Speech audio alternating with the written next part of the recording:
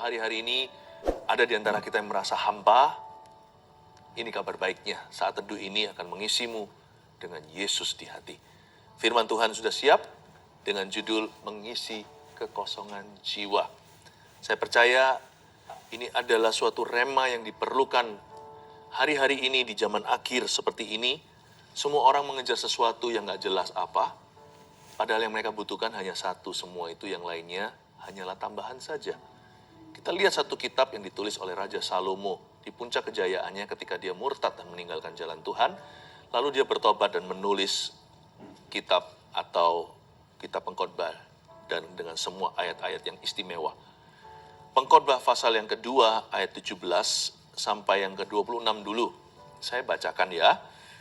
Oleh sebab itu, aku membenci hidup, kata Salomo, karena aku menganggap menyusahkan apa yang dilakukan di bawah matahari. Sebab segala sesuatu adalah kesia-siaan dan usaha menjaring angin. Jangan lupakan, Salomo dalam konteks baru saja bertobat, untung-untung dia bisa kembali ke jalan Tuhan. Orang seperti dia banyak yang sudah ke bawah arus. Apalagi dia ini orang kaya, susah masuk kerajaan sorga. Lebih gampang memasukkan unta ke dalam lubang jarum. Tapi ketika Raja Salomo anak Daud ini bertobat, dia menulis kesaksian hidupnya, memperingatkan kita supaya jangan sia-sia. Lanjutkan ayat 18. Aku membenci segala usaha yang kulakukan dengan jerih payah di bawah matahari, sebab aku harus meninggalkannya kepada orang yang datang sesudah aku. Dan siapa yang mengetahui apakah orang itu berhikmat atau bodoh? Meskipun demikian, ia akan berkuasa atas segala usaha yang kulakukan di bawah matahari dengan jerih payah, dengan mempergunakan hikmat, ini pun sia-sia. Dengan demikian aku mulai putus asa terhadap segala usaha yang kulakukan dengan jerih payah di bawah matahari. Sebab kalau ada orang berlelah-lelah dengan hikmat, pengetahuan, dan kecakapan, maka ia harus meninggalkan bahagiannya kepada orang yang tidak berlelah-lelah untuk itu. Ini pun kesia-siaan dan kemalangan yang besar. Apakah faedahnya yang diperoleh manusia dari segala usaha yang dilakukannya? Dengan jerih payah di bawah matahari dan dari keinginan hatinya, seluruh hidupnya penuh kesedihan dan pekerjaannya penuh kesusahan hati, bahkan pada malam hari hatinya pun tidak tentram, ini pun sia-sia. Tidak ada yang lebih baik bagi manusia daripada makan dan minum dan bersenang-senang dalam jerih payahnya. Aku menyadari bahwa ini pun dari tangan Allah. Karena siapa dapat makan dan merasakan kenikmatan di luar Dia? Karena kepada orang yang dikenannya, ia mengaruniakan hikmat, pengetahuan, dan kesukaan. Tetapi orang berdosa ditugaskannya untuk menghimpun dan menimbun sesuatu yang kemudian harus diberikannya kepada orang yang dikenan Allah. Ini pun kesia-siaan dan usaha menjaring angin. Coba saya jelaskan dulu ya. Seperti yang saya katakan tadi, ini adalah kata-kata orang yang sudah muak dengan dunia. Bukan karena dia sudah menikmati dunia cukup banyak, karena kata cukup itu relatif. Dan kalau kita berhawa nafsu, tidak akan pernah cukup. Karena itu Alkitab memperingatkan kita, kalau kita berdosa itu, nikmatnya akan terus-menerus, dan kita nggak mau putus. Tahu-tahu nanti kita sudah putus layang-layang. Karena upah dosa ialah maut. Jikalau keinginan itu dibuahi, hasilnya dosa.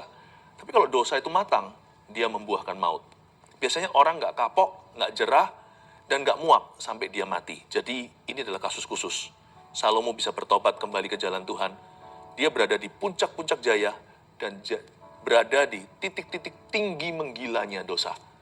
Tapi dia tiba-tiba menyadari, suatu saat dia melihat semuanya itu sia-sia. Bukan dia kehilangan nafsu, tapi dia udah nggak punya selera lagi.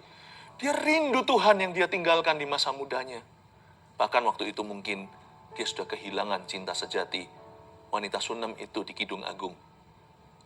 Sekalipun dia punya 1000 istri, ya kan, gundik-gundiknya banyak, wanita siapapun dia miliki, tapi hatinya terpaut kepada istri sahnya di hadapan Allah. Ketika itu segala penyesalan menyerbu dada. Makanya ini adalah kalimat-kalimat pesimisnya, karena dia lagi nek sama hidupnya sendiri.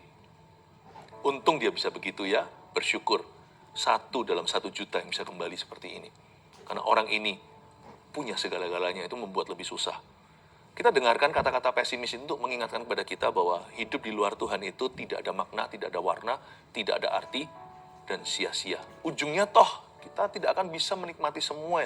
Semua yang kita alami itu hanyalah kecanduan saja. Ayat 18, saya tunjukkan beberapa ini dan memberikan perenungan-perenungan singkat untuk Anda, untuk jadi pencerahan bahwa untuk kita bisa bercermin dengan firman, apakah hidup kita ke arah sia-sia. Aku membenci segala usaha yang kulakukan dengan jeripaya di bawah matahari. Sebab aku harus meninggalkannya kepada orang yang datang sesudah aku. Betul nggak? Kita berjeripayah. Untuk apa? Saya nggak mengatakan ini supaya hati kita pesimis dan hambar lalu kita malas bekerja, tidak lagi menabung. Nanti kalau kita minta-minta salah sendiri loh ya. Tapi harus ada maksud lebih tinggi untuk kita bisa menumpuk harta duniawi. Kalau kita nggak punya tujuan ilahi di atasnya, semua itu akhirnya tidak bisa mengosong, tidak bisa mengisi kekosongan hati, malah bisa mengosongkan jiwa. Dia berkata gini, aku benci semua yang kulakukan ini, sebab aku harus meninggalkannya kepada orang yang datang sesudah aku.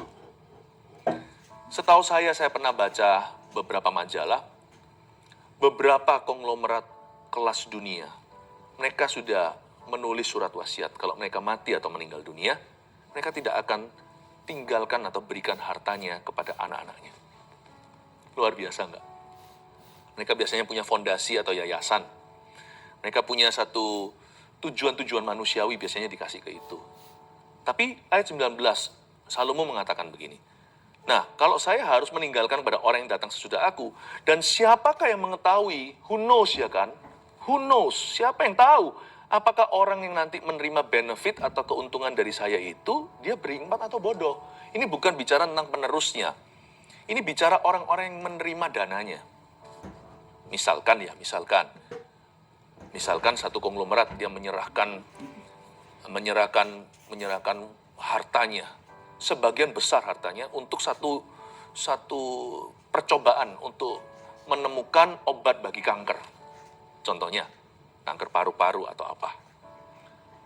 Nah nanti itu, betulkah uang yang dia tinggalkan, dia kerja jeripaya lelah, lalu akhirnya yang diuntungkan adalah seorang pasien jikalau nanti ditemukan obatnya, semoga sih kita doakan. Hal seperti ini harus jadi di bumi.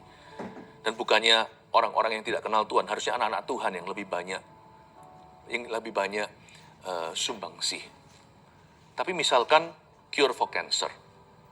Nah nanti itu orang-orang yang dibantu itu betul-betul korban kanker, atau mereka kanker juga karena gaya hidup mereka yang salah. Misalkan perokok berat. Misalnya seorang sinner who is also a smoker. Seorang pendosa yang juga seorang perokok berat. Dia buang hidupnya, nanti tinggal dapatkan benefitnya atau keuntungan dari orang yang jeripayah, putar otaknya. Banyakan orang-orang kaya kelas dunia itu tidurnya hanyalah 4 jam, 3 jam.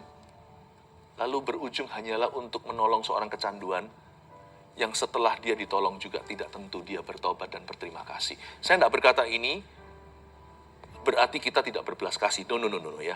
Saya hanya menjelaskan apa kata Salomo bahwa ujungnya itu ternyata apa ya? Kita harus nolong orang, harus bantu.